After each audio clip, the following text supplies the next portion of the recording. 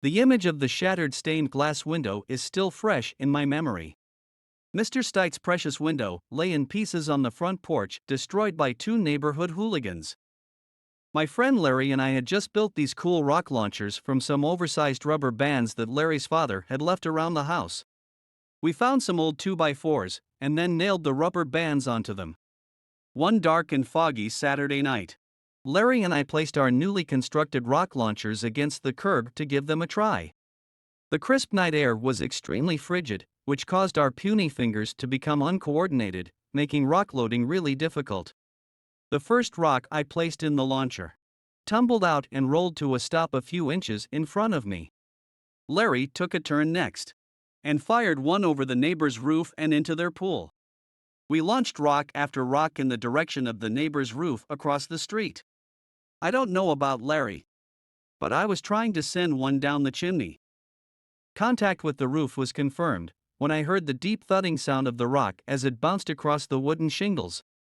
This noise gave us great pleasure that could be easily recognized by the mischievous smile that followed each shot from the launcher. This one time, we fired our launchers almost simultaneously and in a second or two, heard an awful crashing sound. It was the unmistakable sound of breaking glass. I know it only took a few seconds to destroy the window, but to Larry and I it felt like an eternity.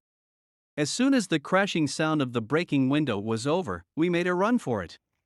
We ran straight for this pitch-black alley, in between two houses where we laid flat on our bellies. The blades of grass were saturated with dew, and my jeans soaked up the moisture as I laid there scared stiff. It only took a second for Mr. Stites to burst through his front door and begin frantically searching for the culprits. As Mr. Stites approached the lawn where we lay, I could feel my heart begin to beat faster and faster.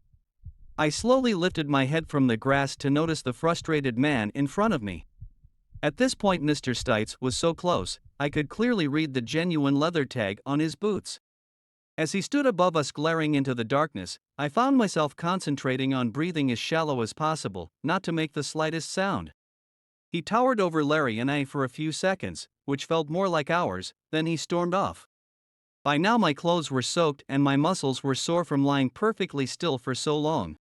I bounced to my feet, slapped the grass and mud the best I could off my clothes and bolted for my front door. I don't know how long Larry laid there. I never looked back after I got up. The next afternoon when I got home from school and went outside to play, I noticed Larry across the street talking to Mr. Stites. I could tell by their expressions, they were having a heated conversation. I knew Larry was in trouble when he gestured behind his back for me to turn around and go back inside.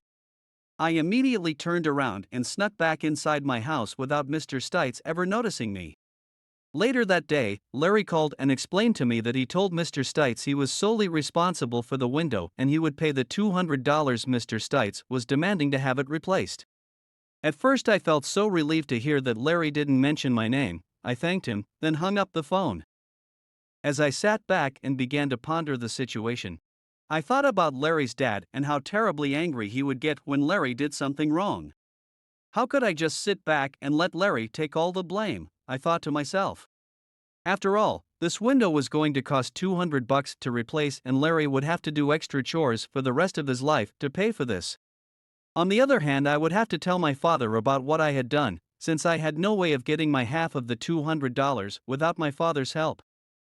I was reluctant to tell my father because I feared the belt, and I loathed all the time I was going to have to think about what I had done while restricted to my room. It would be so simple to let Larry take all the blame. But every time I wanted to take the easy way out and let Larry cover for me, I would envision Larry's furious father and the extreme punishment Larry was about to go through. At the same time, I was also afraid of my father's temper, and that fear was pressuring me into keeping quiet about the situation. I wondered to myself, if I say nothing and let Larry take all the blame, would he still want to be my friend? I sat for hours wrestling with my emotions until I couldn't take the guilt any longer. I decided to go over to Mr. Stites' house and confess. Leaving my house wasn't easy. I felt safe and secure there, and in a strange way it felt good to be getting away with this crime. Halfway down the street, I had second thoughts about confessing and I started searching for an excuse to turn around and go home. As I approached the front door, I noticed Larry's bike in front of the house. I looked in the front window and saw Larry and Mr. Stites sitting on the couch. When I rang the doorbell, they both looked up, equally stunned to see it was me. They invited me inside, and I started to confess my part in the breaking of the window.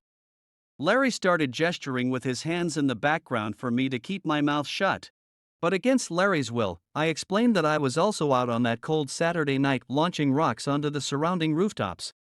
I offered my apology and agreed to pay my half to fix the window. With the apology accepted, I went home to explain to my father what I had done. As I walked across the street, my body began to tremble, and my legs began to feel like noodles.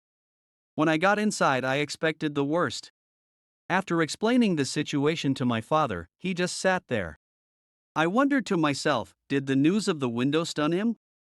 After a few moments of awkward silence, he leaned back in his chair, then warned me about the dangers of slingshot devices.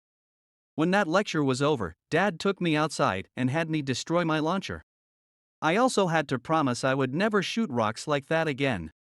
I went to bed that night with this strange feeling of satisfaction. Honesty really did seem to be the best policy. After all, Larry was still my friend, and my dad didn't beat the crap out of me. Maybe breaking that window wasn't such a bad thing after all.